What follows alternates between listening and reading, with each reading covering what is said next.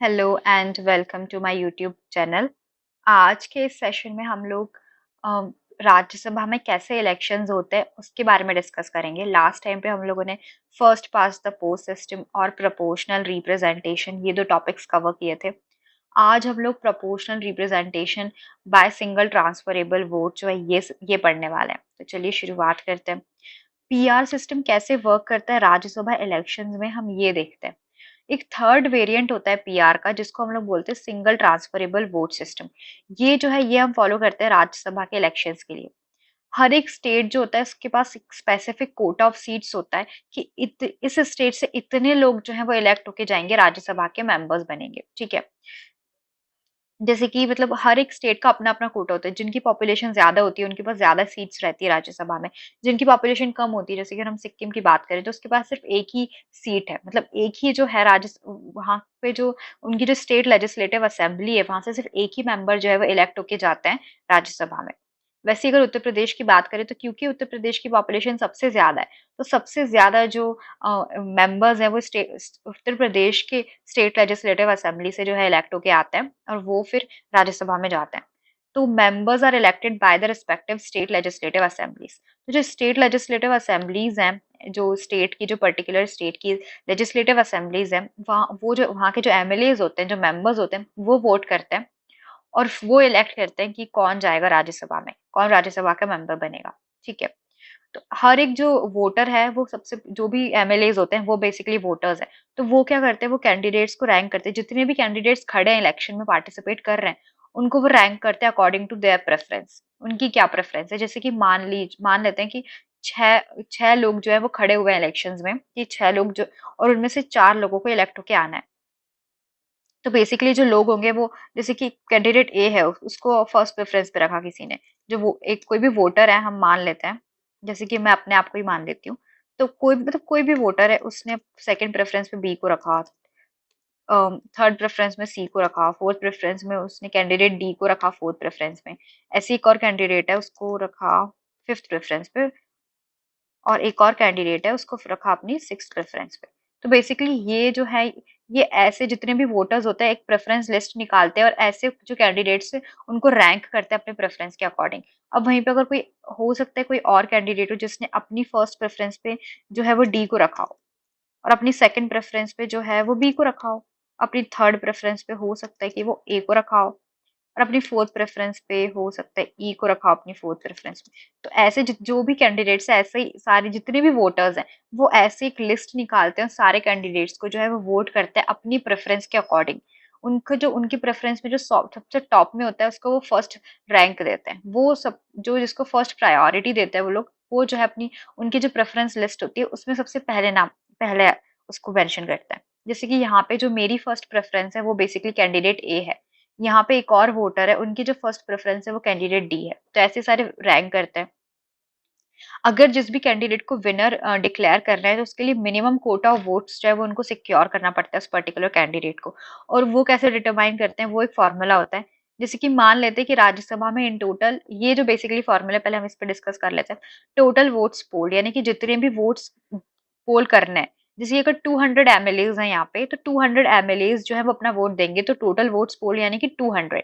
वहीं पर total number of candidates to be elected, मतलब कितने कैंडिडेट्स इलेक्ट करने हैं। तो अगर हमको 4 कैंडिडेट सिलेक्ट करने हैं तो 4 आएगा यहाँ पे, प्लस 1, और इस पूरे को, इसके पूरे का जो आंसर आएगा +1। तो 200 divide by 4 + 1 is equals to 40 + 1 which is basically 41 votes. तो हमको 4 कैंडिडेट्स इलेक्ट करने हैं, 4 राज्यसभा मेंबर्स जो है वो हमको इलेक्ट करने हैं बाय द 200 एमएलएज इन राजस्थान। तो जो विनर है उसको बेसिकली 41 वोट्स, मिनिमम 41 वोट्स जो है वो सिक्योर करना पड़ेगा। ये जो वोट्स जब काउंट होते हैं तो फर्स्ट प्रेफरेंस वोट्स के अकॉर्डिंग जो है वो सिक्योर्ड बाय ईच कैंडिडेट, उसके अकॉर्डिंग जो है वो काउंट होता है।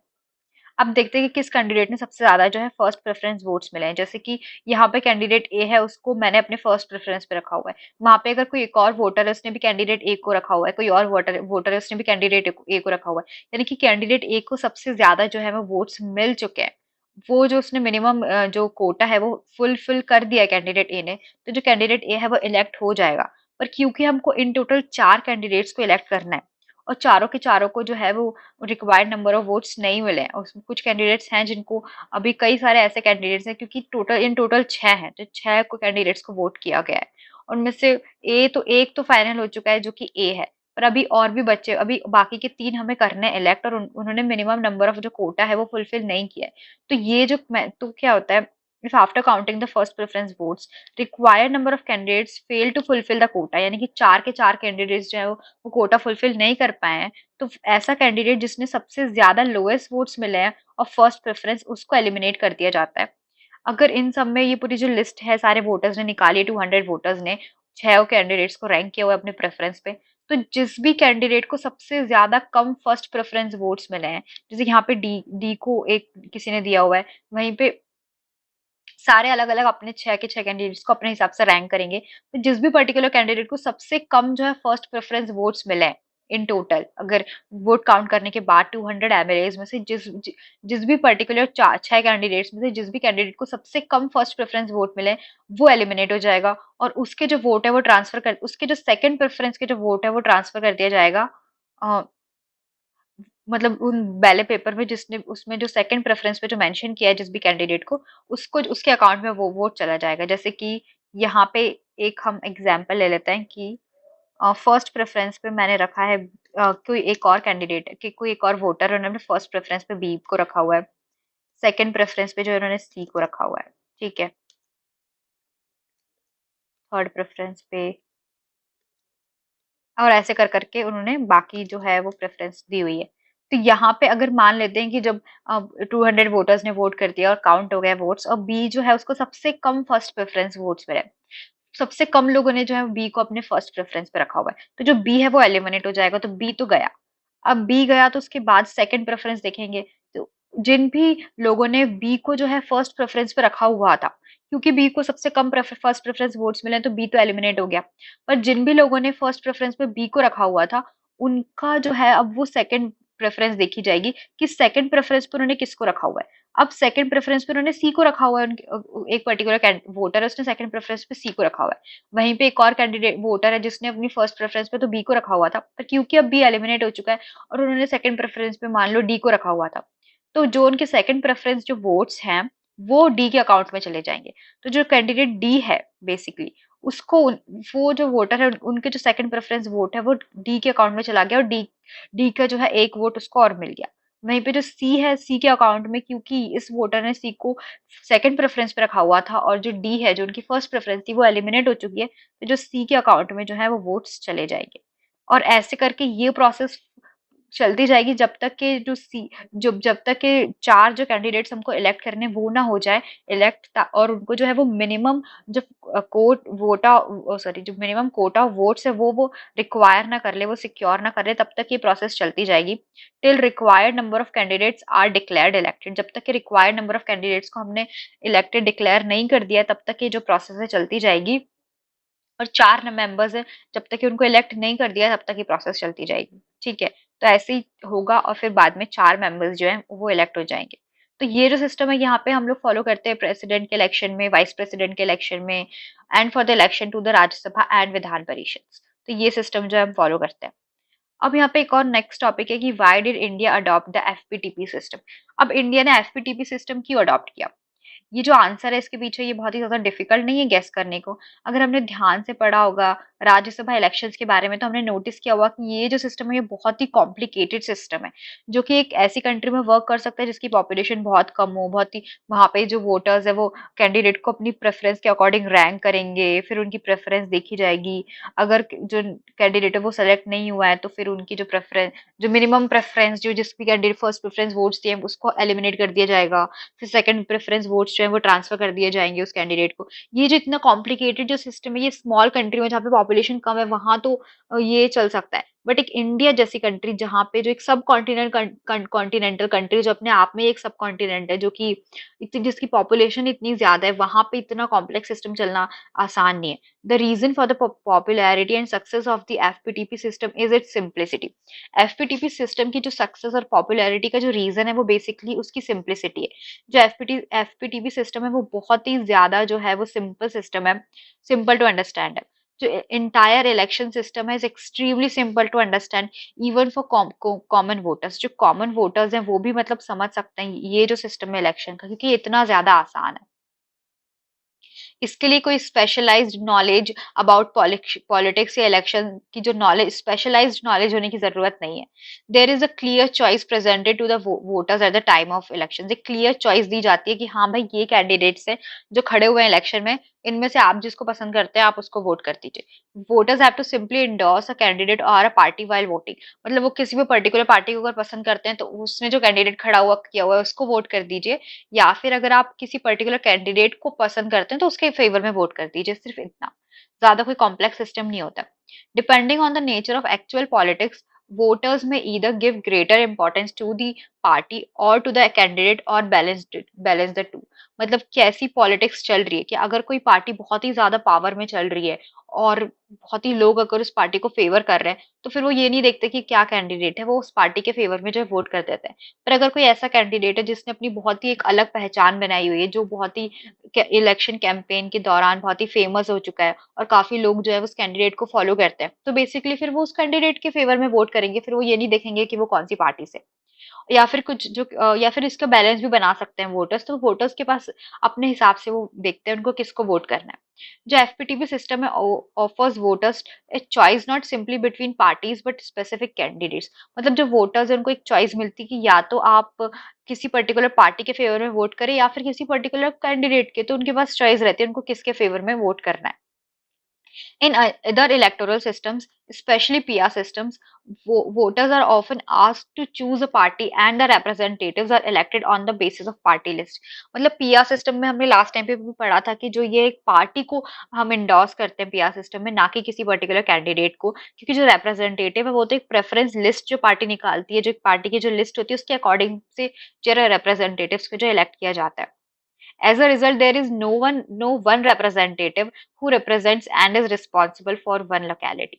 मतलब किसी कोई एक सिंगल रिप्रेजेंटेटिव नहीं होता है जो रिप्रेजेंट करता है एक लोकेलिटी को, क्योंकि मैंने बताया पीआर सिस्टम में जो है वो मल्टी मेंबर कॉन्स्टिट्यूएंसीज जो होती हैं उसमें जो एक कॉन्स्टिट्यूएंसी से कई सारे जो मेंबर्स है वो उनको इलेक्ट कर सकते हैं। ये हमने लास्ट टाइम पे भी इस बारे में डिस्कस किया था। पर अगर हम एफपीटीबी की बात करें तो एक कॉन्स्टिट्यूएंसी से एक ही मेंबर इलेक्ट होकर आता है। In constituency-based system like the FPTP, the voters know their own representative and can hold him or her accountable. अब एफपीटीपी सिस्टम में क्या होता है कि उनको पता है कि एक पर्टिकुलर जो कॉन्स्टिट्यूएंसी है या फिर एक डिस्ट्रिक्ट है वहां से सिर्फ एक ही वोटर जो है वो इलेक्ट होके आ रहा है, तो सॉरी एक ही रिप्रेजेंटेटिव इलेक्ट हो रहा है, तो वहां के लोगों को पता है उस पर्टिकुलर कॉन्स्टिट्यूएंसी की कि ये जो है ये रिप्रेजेंटेटिव है हमारा, और हम कुछ भी अगर कुछ बुरा होता है तो हम इस रिप्रेजेंट अगर करप्शन के केसेस बढ़ रहे हैं या जो भी हो रहा है, अगर क्राइम रेट्स बढ़ रहे हैं तो हम इस रिप्रेजेंटेटिव को जो है वो हम अकाउंटेबल होल्ड कर सकते हैं। तो क्योंकि एक ही रिप्रेजेंटेटिव इलेक्ट होके आ रहा है तो वोटर्स को पता है कि ये जो रिप्रेजेंटेटिव है ये हमको रिप्रेजेंट कर रहा है और इसकी जो है रिस्पॉन्सिबिलिटी बनती है, तो हम इसको जो है वो अकाउंटेबल होल्ड कर सकते हैं। More importantly, the makers of a constitution also felt that PR system based election must not be suitable for giving a stable government in a parliamentary system. क्योंकि जो PR सिस्टम है basically इसमें coalition government जो है वो form होती है, और जो हमारे कॉन्स्टिट्यूशन के जो मेकर्स हैं उनको पता है कि जो कोलिशन गवर्नमेंट है वो इतनी ज्यादा स्टेबल नहीं होती है, और इसीलिए जो पीआर सिस्टम है वो हो सकता है कि इतनी ज्यादा स्टेबल गवर्नमेंट जो है वो फॉर्म ना कर पाए हमारे पार्लियामेंट्री सिस्टम में। जो हमारा नेचर है पार्लियामेंट्री सिस्टम का ऑफ एग्जीक्यूटिव, ये हम नेक्स्ट चैप्टर में डिस्कस करेंगे। ये जो सिस्टम है ये रिक्वायर करता है कि जो एग्जीक्यूटिव है उसके पास मेजोरिटी होनी चाहिए इन द लेजिस्लेचर। जो एग्जीक्यूटिव है उसके पास, ये जो सिस्टम है ये हम नेक्स्ट, ये जो पूरा टॉपिक है एग्जीक्यूटिव चैप्टर ये हमारा नेक्स्ट, और उसमें हम देखेंगे। You will notice that the PR system may not produce a clear majority because seats in the legislature would be divided on the basis of share of votes. मतलब PR system जो एक clear majority जो है वो एक produce नहीं कर सकता है, क्योंकि जो सीट्स है वो मिली जाती है on the share of votes. जितने आपको प्रोपोर्शन ऑफ वोट्स आपको मिला हुआ है जिस भी पार्टी को, उस प्रोपोर्शन में उस पार्टी को सीट्स दी जाती है। तो एक क्लियर कट जो है वो मेजोरिटी जो है पीआर सिस्टम में देखने को नहीं मिलती है। पर वहां पे जो अगर हम एफपीटीपी सिस्टम की बात करें तो FPTP system generally gives the largest party or coalition some extra bonus seats more than their share of votes would allow। मतलब कोई भी अगर कोalition गवर्नमेंट भी फॉर्म हो रही है या फिर लार्जेस्ट पार्टी भी अगर कोई है तो उसको जितनी उनको सीट्स मिली हुई है, जितनी उनको वोट्स मिले हुए हैं उस पर्टिकुलर पार्टी से, पार्टी को उससे ज्यादा जो है उनको सीट्स मिल जाती हैं। तो ये तो देखने को मिलता है और एफपीटीपी सिस्टम में। इसीलिए एक ऐसी government it possible for parliamentary government to function smoothly, क्योंकि एक स्टेबल जो गवर्नमेंट है वो जो है वो हमें एफपीटीपी सिस्टम में देखने को मिलती है कि स्टेबल गवर्नमेंट जो है फॉर्म होती है। और यहाँ पे जो इलेक्शंस है उनकी कुछ वोट्स और कितनी सीट्स मिले हुए हैं ये हम देख सकते हैं। 42% वोट्स पे 173 सीट्स मिल चुकी हैं। 1996 के तमिलनाडु इलेक्शन का है ये, तो ये आप एक बार देख लीजिएगा कि वोट्स कम है पर सीट्स ज्यादा है, तो ये बेसिकली एफपीटीपी में ही होता है। अगर हम बात करें एफपीटीपी सिस्टम जो है वो एनकरेज करता है वोटर को different social groups from different social groups to come together to win an election in a locality. मतलब जो वोटर्स हैं वो इनकरेज करता है वोटर्स को कि जो different social from different social groups की वो एक वो लोग आए सामने, अपने किसी एक मेंबर को खड़ा करें, उसके फेवर में वोट करें और फिर वो लोकेलिटी में जो इलेक्शंस उसको जीतते। एक इंडिया जैसी डाइवर्स कंट्री की बात करें तो पीआर सिस्टम जो है वो इनकरेज करेगा each community to form its own nation wide party, कि भाई हर एक कम्युनिटी की अपनी खुद की वो नेशन वाइड पार्टी फॉर्म करे और उस कम्युनिटी के जो लोग होंगे, जो इतने भी मेंबर्स होंगे, वो उस पार्टी के फेवर में वोट करेंगे। फिर उस पार्टी को जितने भी वोट मिले होंगे उसके उतने उसको प्रोपोर्शन ऑफ सीट्स मिल जाएगी। तो एक कम्युनिटी बेस्ड जो है ये जो एक पार्टी है का जो फॉर्मेशन है उसको एनकरेज करेगा पीआर सिस्टम। तो ये भी कहीं ना कहीं कॉन्स्टिट्यूशन मेकर्स के बैक ऑफ द माइंड ये भी चीज थी कि ये जो कम्युनिटी पॉलिटिक्स है उसको ये ज्यादा प्रमोट करेगा। और वो जो है हमको एक डाइवर्स कंट्री में जो कम्युनिटी बेस्ड जो पार्टी है उनका फॉर्मेशन नहीं होना चाहिए, यानी बल्कि एक ऐसी पार्टी जो एक्चुअल में लोगों के फेवर में काम कर रही है वो उसके फेवर में जो है वो सिटीजन्स को वोट करना चाहिए। अगर हम एक्सपीरियंस करें of the working of the constitution, उसने कंफर्म किया the expectation of the constitution makers. जो एफपीटीबी सिस्टम है वो बहुत ही ज्यादा सिंपल और फेमिलियर है to ordinary audience. It has help larger parties to win clear majorities at the centre and the state.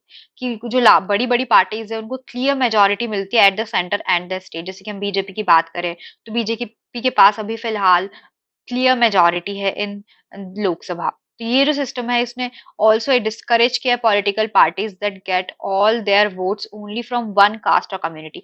ऐसी पॉलिटिकल पार्टीज जिनको सिर्फ एक कास्ट या एक कम्युनिटी के लोग वोट करते हैं, तो ऐसी पार्टीज को डिस्करेज कर देता है ये सिस्टम। क्यों?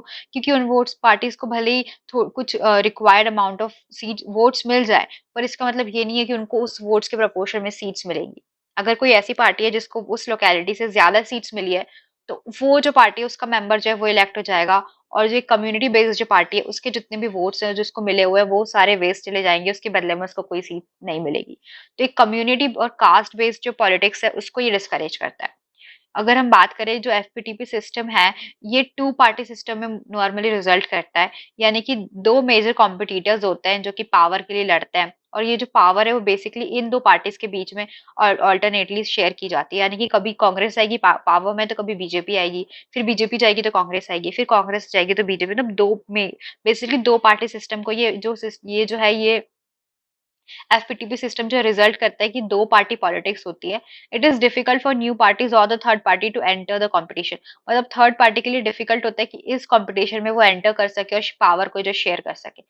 ये जो अगर हम इस बारे में बात करें तो कि जो इंडिया में जो एक्सपीरियंस है वो थोड़ा सा डिफरेंट है। अगर हमने इंडिपेंडेंस के बाद हमने हमने अडॉप्ट किया एफपीटीपी सिस्टम, और इस टाइम पे जो है सिर्फ एक पार्टी डोमिनेंस देखने को मिलता था जो कि है कांग्रेस। देयर एग्जिस्टेड कई सारी जो है वो स्मॉल पार्टीज थी, पर जो पार्टी जीतती थी वो तो कांग्रेस ही थी। कांग्रेस ने ही कई सालों तक जो है वो रूल किया है। पर 1980 के बाद जो है वो India is witnessing the functioning of multi party coalition. मतलब कई सारी पार्टीज जो है वो सामने आ रही है, और जो सरकार है वो कई सारी पार्टी के जो है मिलन से जो है वो सरकार गवर्नमेंट बन रही है। मल्टी पार्टी कोलिशन गवर्नमेंट देखने को मिल रही है। At the same time gradually in many states a two party competition is emerging. मतलब कई सारे स्टेट्स में एक टू पार्टी कॉम्पिटिशन जो है वो इमर्ज हो रहा है। But the distinguishing factor of India's party system is that the rise of coalitions has made it possible for new and smaller parties to enter into electoral competition in spite of the FPTP system. But फिर भी एक distinguishing feature जो है India का जो party system है उसका एक डिस्टिंग्विशिंग जो फीचर है, जो एक डिफरेंट फीचर जो है वो ये है कि जो कोलिशन गवर्नमेंट के जो कोलिशंस का जो राइज है उसने छोटी छोटी पार्टीज को भी ये मौका दिया है कि वो जो इलेक्टोरल कंपटीशन है उसमें वो हिस्सा ले सके।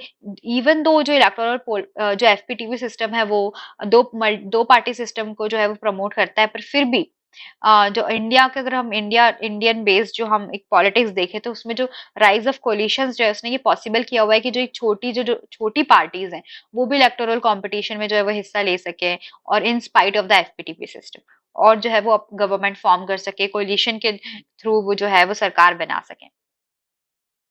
आज के सेशन के लिए इतना काफी। हमने एफपीटीपी सिस्टम क्यों जरूरी है वो देखा, उसके अलावा हमने proportional representation with single transferable vote देखा।